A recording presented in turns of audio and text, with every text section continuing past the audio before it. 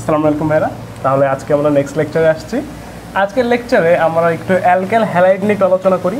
ছোটোখাটো একটা টপিক্স আছে কিন্তু ইম্পর্টেন্ট, কিছু বিক্রিয়া ইম্পর্টেন্ট এখানে আসে ম্যাক্সিমাম টাইম আমাদের একটু চিন্তা করে অ্যান্সার করতে হয়। কিছু বিক্রিয়ার নাম বিক্রিয়া একটু দেখবো এখানে। এগুলো তোমার যদি জেনে থাকো তোমার অ্যান্সার করতে বা কনফিডেন্স বুস্ট করতে সুবিধা হবে। কিছু যৌগ সম্পর্কে আমরা পরিচিত হয়নি অ্যালকেল হ্যালাইড যখন পড়বো, তার আগে অ্যালকাইল আর অ্যারাইল দুইটাই কিন্তু বলা যায়। অ্যালকাইল আর অ্যারাইল দুইটাই আমরা বলতে পারি। অ্যারাইল আরসিএল আরসিএল বলা যাবে না, আর এক্স আর কি, আর এক্স হচ্ছে অ্যালকেল হ্যালাইড আর আর এক্স হচ্ছে অ্যারাইল হ্যালাইড। এক্স দ্বারা আমরা হ্যালোজেন বুঝি। তো আমরা সবার আগে এদের ওই একটু সিস্টেমে যাই, প্রস্তুতিটা একটু দেখি আমরা, বা এদের বৈশিষ্ট্যপূর্ণ বিক্রিয়া কি। আগে একটু প্রস্তুতির সম্পর্কে কথা বলবো এবং কিছু নতুন ধরনের কথা আসবে, তারপরে আমরা এর কনসেপ্ট নিয়ে একটু আলোচনা করব। আচ্ছা, সবার আগে আমরা অ্যালকাইল হ্যালাইড প্রস্তুতি করার জন্য কিছু যৌগ সম্পর্কে একটা আইডিয়া নেব। যেমন একটা যৌগ হচ্ছে SOCl2 এর নাম হচ্ছে থায়োনিল ক্লোরাইড।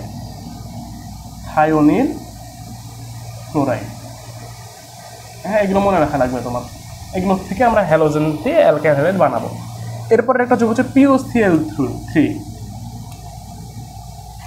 Phosphorus oxychloride. ওকে, এগুলো তোমরা একটু চেনো, থায়োনিলটা চেনো না, বাট এটা চেনো, ফসফরাস অক্সিক্লোরাইড। এরপরে তোমরা এইগুলো যৌগ সম্পর্কিত আইডিয়া আছে। PX3 ওকে, ফসফরাস ট্রাইহ্যালাইড, আর PX5 ফসফরাস পেন্টাহ্যালাইড।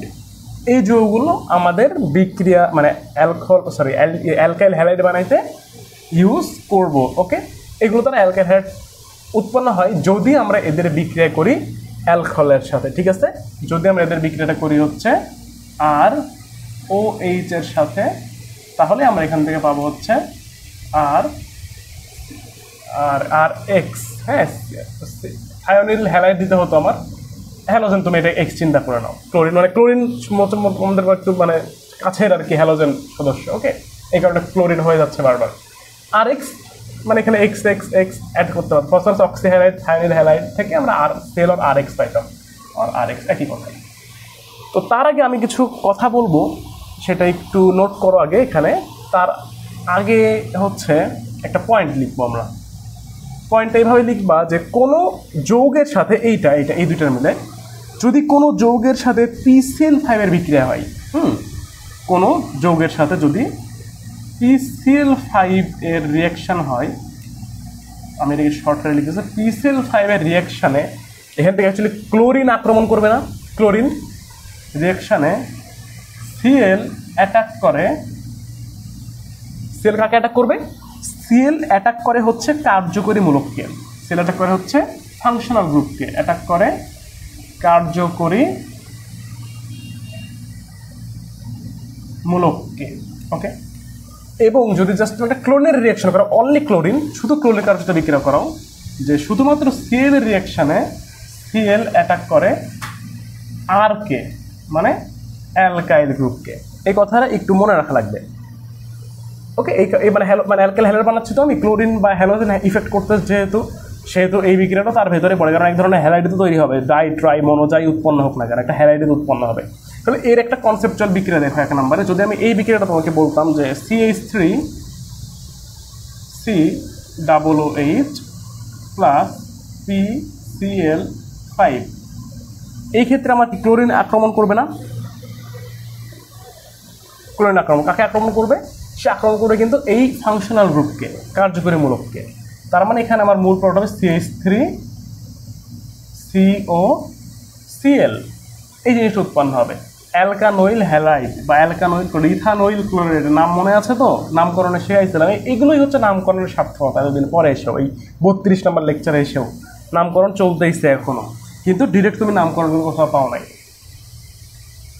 এখান থেকে উৎপন্ন হয় POCl3 প্লাস HCl। দেখো এই যৌগগুলো কিন্তু তোমাকে আমি এই জন্যই চিনালাম, কারণ অক্সিক্লোরাইড বসানো হচ্ছে, এখান থেকে এটা উৎপন্ন হবে। তাই এবার তোমাকে আমি আরেকটা যৌগ যদি দিতাম যে এইরকম বিক্রিয়া একটা CH3CHO আর কি হ্যালাইড, মানে তোমার ইথানল যদি আমি তোমাকে দিতাম CH3CHO হ্যাঁ, এখানে আমার অক্সিজেন আছে, তার সাথে যদি আমি PCl5 রিঅ্যাক্ট করাতাম তাহলে কিন্তু এখান থেকে এই অক্সিজেন ডাবল বন্ড উঠে যাইতো CH3 C Cl2H, এরকম একটা যোগ হতো CH3 C Cl2H। এই ডাবল বন্ড চলে যায়, দুইটা ক্লোরিন এখানে এসে যুক্ত হয়েছে। এই প্রোডাক্টটা তুমি কিন্তু এখান থেকে পাইতা, প্লাস পাইতা কি বলতো POCl3। কি তফাৎ কি দেখতে পাচ্ছ দুইটার ভেতরে? তফাৎ হচ্ছে এখান থেকে OH মূলক যে একটা OCl3 উৎপন্ন করে ফেলেছে ফসফরাসের সাথে একটা HCl, কিন্তু এখানে কোনো HCl আছে? No HCl। এই জায়গায় কিন্তু কোনো HCl আমরা পাই নাই। আরেকটা বিক্রিয়া ইম্পর্টেন্ট, যে আমি যদি একটা অ্যালকাইল আর অ্যারাইলের নাম যখন বলছি, একটা অ্যারাইলের যখন না লিখলে তোমরা মন খারাপ করবা। যদি আমি একটা অ্যারাইলের যোগ লিখি এখানে, ধরো ফেনল OH, তাহলে আমরা পাবো হচ্ছে PCl5 আবার দিচ্ছি, তাহলে কী হবে বলো তো? এটা ডিরেক্ট এখান থেকে ক্লোরোবেনজিন উৎপন্ন করে ফেলবে, তাই কিনা? এখান থেকে উৎপন্ন করে ফেলবে হচ্ছে আমার ক্লোরোবেনজিন। ওকে, সাথে কী হবে বলো তো? PCl যেটা OH চলে গেছে, আমার OH চলে গেছে, তাহলে কী হবে বলো তো? POCl3 plus HCl। কিন্তু এখানে OH যায় না, জাস্ট অক্সিজেন গেছিলো, এই জন্য HCl উৎপন্ন হলো না, জাস্ট অক্সিজেন এখান থেকে প্রতিস্থাপিত হয়েছিল। এখান থেকে আরেকটা ইম্পর্টেন্ট বিক্রিয়া আছে, সেটা আমি এই জায়গায় লিখে দিই তোমাদেরকে। সেটা হচ্ছে, যদি এই সিমিলার বিক্রিয়াটা তুমি যদি করতে, একটা অ্যালডিহাইড নিছা CH3 CHO, এখানে যদি তুমি ক্লোরিনের বিক্রিয়া করতা Cl2, তুমি এখান থেকে একটা খুবই ইম্পর্টেন্ট যৌগ পাইতা। এইটা কি কাকে হিট করবে? দেখো এখানে ক্লোরিন হিট করবে এটাকে, এখানে হিট করছে এটাকে, এও হিট করছে এটাকে, বাট এখানে কিন্তু ক্লোরিনের বিক্রিয়া। এখানে হচ্ছে কি ক্লোরিনের বিক্রিয়া, Cl2 এর বিক্রিয়া। ক্লোরিনের বিক্রিয়া তাহলে এই হিট করবে কাকে বলতো ভাই? এটাকে হিট করবে না? তাহলে এখান থেকে কি তিনটা H প্রতিস্থাপিত করবে সে? কি হবে এখান থেকে? দেখো তো, এই একটা যৌগ না, CCl3 CHO, এই যৌগটা একটা বক্স করে এর নামটা লিখে রাখবা ট্রাইক্লোরোইথানল। ঠিক আছে না? ট্রাইক্লোরোইথানল না, তিনটা ক্লোরিন আছে, দুইটা কার্বন, ইথানল, ট্রাইক্লোরোইথানল। অ্যাকচুয়ালি এই নামে তাকে অনেকেই চিনবে না, তার আরেকটা বাণিজ্যিক নাম আছে, সে বাণিজ্যিক নামটা বহুত ইম্পর্টেন্ট, বহুলবার আসে, তার বাণিজ্যিক নাম হচ্ছে ক্লোরাল। ক্লোরাল এটা হচ্ছে ট্রাইক্লোরোইথানলের বাণিজ্যিক নাম। এর আগে অনেক দফায় আসছে এবং খুবই ইম্পর্টেন্ট যৌগ, আমাদের অনেক টাইমে এই যৌগটার ইউজ হবে, ক্লোরাল। তাহলে এই বিক্রিয়াগুলো আমরা বুঝতে পারছি। আচ্ছা, আরেকটা বিক্রিয়া আমার দেওয়ার কথা আছে, 5 নম্বর বিক্রিয়া এখানে লিখো। যদি আমি একটা বিক্রিয়া দিতাম এরকম দেখতে, HCHO প্লাস Cl2, এর প্রোডাক্টটা তোমরা একটু তোমার খাতায় লিখতে থাকো তো, দেখি কি মনে হচ্ছে কি হইতে পারে। কথাটা কিন্তু ইম্পর্টেন্ট, মনে রাখবা যে আমরা এখানে কি বললাম এতক্ষণ। হ্যাঁ, ওই লাইনটাকে মুছলাম না আমি, যে ওই থেকে কি হচ্ছে, PCl3 সাথে কি হচ্ছে? আমি ক্লোরিন দিচ্ছি না, জাস্ট ক্লোরিন দিচ্ছে, কিন্তু এই জায়গায় আমি আর কিছুই দিই না, ক্লোরিন দিয়েছি। ক্লোরিন দিলে কি হবে? আর যদি আমি PCl5 দিতাম তাহলে কি হতো? চিন্তা করে কি পাওয়া গেছে? দেখো তো ওই জায়গায় কোনো কি আমার অ্যালকাইল গ্রুপ আছে? ওই বিক্রিয়া কিন্তু আমার কোনো অ্যালকাইল গ্রুপই নাই, নো আর। তো এই কাকে হিট করবে? কাকে হিট করবে? এখানে কোনো প্রোডাক্ট উৎপন্ন হবে না, নো রিয়াকশন। নো রিয়াকশন অনেকেই চিন্তা করে পায় না যে নো রিয়াকশন অ্যাকচুয়ালি কেমনে হয়, বাট নো রিয়াকশন কিন্তু খুব ইজিলি হওয়া পসিবল। ওকে, কারণ আমার সে ক্রাইটেরিয়া ফুলফিল করে নাই। ঠিক আছে, এই দুইটা বিক্রিয়া এখানে থাকলো, ইম্পর্টেন্ট বিক্রিয়া কিন্তু দুইটা প্রোডাক্টই আমাদের জন্য খুবই নেসেসারি। একটা প্রোডাক্ট নাই তাও দরকারি। ওকে, ভেরি গুড। অ্যালকেহাইডের কিছু প্রস্তুতি আমার আরও দরকার। আমি কি বলেছিলাম শুধু দেখো তো, তোমাদের খাতায় অবশ্যই তোলা আছে SOCl2 POCl3, একটা প্রোডাক্ট, ওর নাম আমার জানা দরকার ছিল, লিখে দিলাম। PCl3 PCl5 PX3 PX5 অ্যালকোহলের সাথে বিক্রিয়া করে অ্যালকেহাইড উৎপন্ন করতে পারে। দেখেন এগুলো একটা অ্যালকেহাইড তো তৈরি হলো, এগুলো একটা হ্যালাইড তো। ওকে, তার মানে কি এর প্রিপারেশানে আমি এবার কিছু জিনিস দেখব। প্রিপারেশান এর জিনিস দেখো, প্রথমত হচ্ছে অ্যালকোহলের সাথে 1 নাম্বার প্রিপারেশান ROH, এর সাথে আমি বিক্রিয়া করাবো হচ্ছে PCl3 বা PX3। আমি PCl3 নিব, আমার একটা জানাশোনার যৌগ হবে। তাহলে কি হয় বলো তো? RCl যা একটা অ্যালকাইল হ্যালাইড, এর সাথে কি উৎপন্ন হয় বলো তো? H3PO3, phosphonic acid, phosphonic acid. Admission টেস্টে মাঝে মধ্যে কোশ্চেন এভাবেই করতে পারে, তোমরা অলওয়েজ একটা জিনিস চিন্তা করো যে আমাদের মেইন প্রোডাক্টটাই দরকার all time. Main product all time দরকার নাও হইতে পারে ভাই, তোমাকে এই প্রোডাক্ট এই সবই বিক্রি দিয়ে এখানে একটা সুন্দর করে এরকম করে ওয়াট চিহ্ন দিয়ে দিল, ওখানে কি হবে তো তোমার জানতে হবে H3 PO3 ওখানে হয়। হ্যাঁ, এটা জানা খুবই দরকার। ক্লিয়ার? PCl3 এর সাথে বিক্রিয়াটা এরকম হইতে পারে। 2 নম্বর বিক্রিয়া ROH এর সাথে ভাই অ্যালকেল হ্যালাইড তৈরির অনেক বিক্রিয়া আছে। হ্যাঁ, অনেক বিক্রিয়া, যেগুলো নর্মালি আমরা যখন যৌগগুলো আরও বিক্রিয়া দেখবো সেখানে কিন্তু পাবো। হ্যাঁ, যে নর্মালি একটা আমরা অ্যালকেল হ্যালাইড তৈরি করছি অলরেডি, কিন্তু ওই তো মিথেনের ক্লোরিনেশন করছিলাম আমরা, বা তোমার অ্যালকেনের ক্লোরিনেশন করছিলাম, ওখান থেকে অ্যালকেল হ্যালাইড পাইনি আমরা, অ্যালকেল হ্যালাইড কিন্তু পাইছি। হ্যালোজিনেশন করছিলাম আমরা তোমার অ্যারাইল হ্যালাইডের, তোমার বিভিন্ন ধরনের বিক্রিয়া করছিলাম। হ্যাঁ, ওগুলো থেকে কিন্তু অ্যালকেল হ্যালাইড পাইছি আমরা, অ্যারাইল হ্যালাইড পাইছি, তো ওগুলো কিন্তু একসাথে অবশ্যই ইনক্লুডেড, নট যে এখানে সব কিছু আছে। হ্যাঁ, ওই বিক্রিয়াগুলো তো আমার মনে রাখতে হবে। যদি বিক্রিয়ার কথা হচ্ছে PCl5 এর, তাহলে আমার বিক্রিয়াটাতে কি উৎপন্ন হতো বলো তো?